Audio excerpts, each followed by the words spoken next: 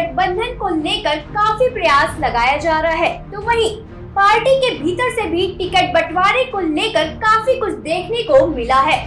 तो वहीं लखनऊ से सटे बाराबंकी सीट को हॉट सीट माना जा रहा है। अब इस हॉट सीट को लेकर बीजेपी क्या फैसला लेती है, ये तो वक्त ही बताएगा। क्या है पूरा मामला, देखिए मेरे यानी यशस्वी श्रीवास्तव के साथ। उत्तर प्रदेश से लेकर दिल्ली तक बीजेपी और अन्य दलों के बीच में गठबंधन को लेकर जहां एक तरफ कशमकश चल रही है, तो वहीं दूसरी तरफ बीजेपी में भी टिकट को लेकर रस्साकशी जोर पकड़ती जा रही है। हर तरफ लोकसभा चुनाव की सरगर्मियां बढ़ी हुई हैं। भाजपा में इस समय वर्तमान सांसदों से लेकर टिकट हासिल करने वाले कई और चेहरे भी अपने अपने जुगाड़ विद्या में पूरी तरह से फिट करने में लग गए हैं। मौजूदा सांसद अपनी दावेदारी पक्की मान रहे हैं, वहीं बाहरी लोग भी टिकट की दौड़ में शामिल हो गए हैं। कुछ नेता पार्टी नेतृत्व तक पहुंच बनाने के लिए जुगाड़ फिट कर रहे हैं।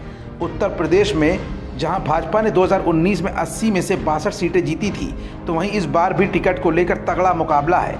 कई मंत्री और विधायक भी लोकसभा चुनाव लड़ने की इच्छा रखते हैं। दिल्ली में भी भाजपा ने 2019 में सभी 7 सीटें जीती थी। यहाँ भी मौजूदा सांसदों के साथ साथ नए चेहरों की दावेदारी सामने आ रही है। टिकट हासिल करने के लिए नेता पार्टी नेतृत्व से सीधा संपर्क साध रहे हैं। कुछ नेता अपने कार्यक्रमों में केंद्रीय मंत्रियों और पार्टी के बड़े नेताओं को बुला रहे हैं। सोशल मीडिया पर अपनी सक्रियता बढ़ाकर अपनी लोकप्रियता का प्रदर्शन कर रहे हैं। कुछ नेता वोटरों को रिझाने के लिए विकास कार्यों का श्रेय भी अपने नाम पर ले रहे हैं। भाजपा टिकट वितरण को लेकर सावधानी बरत रही है। पार्टी जीतने की संभावना वाले उम्मीदवारों को ही टिकट देना चाहती है। टिकट वितरण को लेकर अंतिम फैसला पार्टी अध्यक्ष जेपी नड्डा और केंद्रीय चुनाव समिति द्वारा लिया जाएगा।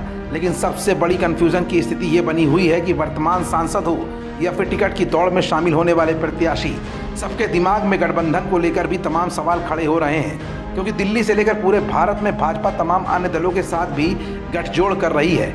मतलब साफ है कि उनको भी टिकट में जगह देना बीजेपी की अपनी राजनीतिक मजबूरी भी होगा। ऐसे में भाजपा के भी तमाम सांसदों के टिकट कटना लगभग तय हैं। आपको बता दें, कुछ राज्यों में भाजपा गठबंधन में चुनाव लड़ेगी। गठबंधन के सहयोगी दलों को भी कुछ सीटें दी जाएंगी। टिकट वितरण को लेकर गठबंधन के बीच भी रस्साकशी हो सकती है। भारतीय जनता पार्टी में भी अंदर खाने लोकसभा चुनाव 2024 को लेकर तैयारियों के साथ टिकट की रस्साकशी तेज हो गई है।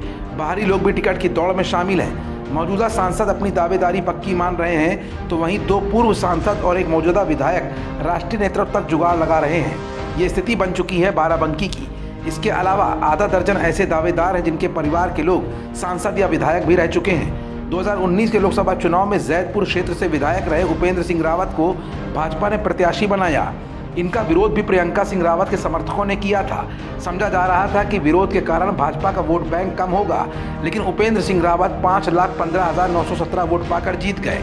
सपा बसपा गठबंधन प्रत्याशी राम सागर रावत को 4,25,777 मत मिले थे। प्रियंका सिंह रावत को चुनाव के बाद भाजपा ने प्रदेश महामंत्री पद का दायित्व देकर बुंदेलखंड का प्रभारी बनाया। लेकिन लोकसभा चुनाव की सरगर्मी बढ़ते ही प्रियंका सिंह रावत भी जिले में खूब सक्रिय नजर आ रही हैं। वो हर कार्यक्रमों में नजर आती हैं। गांव-गांव में पोस्टर बैनर भी लगवाए हैं। पूर्व सांसद बैजनाथ रावत भाजपा से जिले में पहली बार सांसद बने थे। अब ऐसे में लखनऊ से सटी हुई बाराबंकी की सीट भी राजनीतिक मायनों में कई तरह से संजीदा होती जा रही है। जहां पूर्व सांसद प्रियंका रावत पहले से ही भाजपा में बड़ी जिम्मेदारी संभाल रही हैं, तो वैसे में तमाम और लोगों के लिए भी टिकट पाने की राह आसान नहीं है। कहीं ऐसा न हो बीजेपी दोबारा प्रियंका रावत पर दांव खेल जाए, जिसका सीधा असर मौजूदा सांसद उपेंद्र रावत पर पड़े।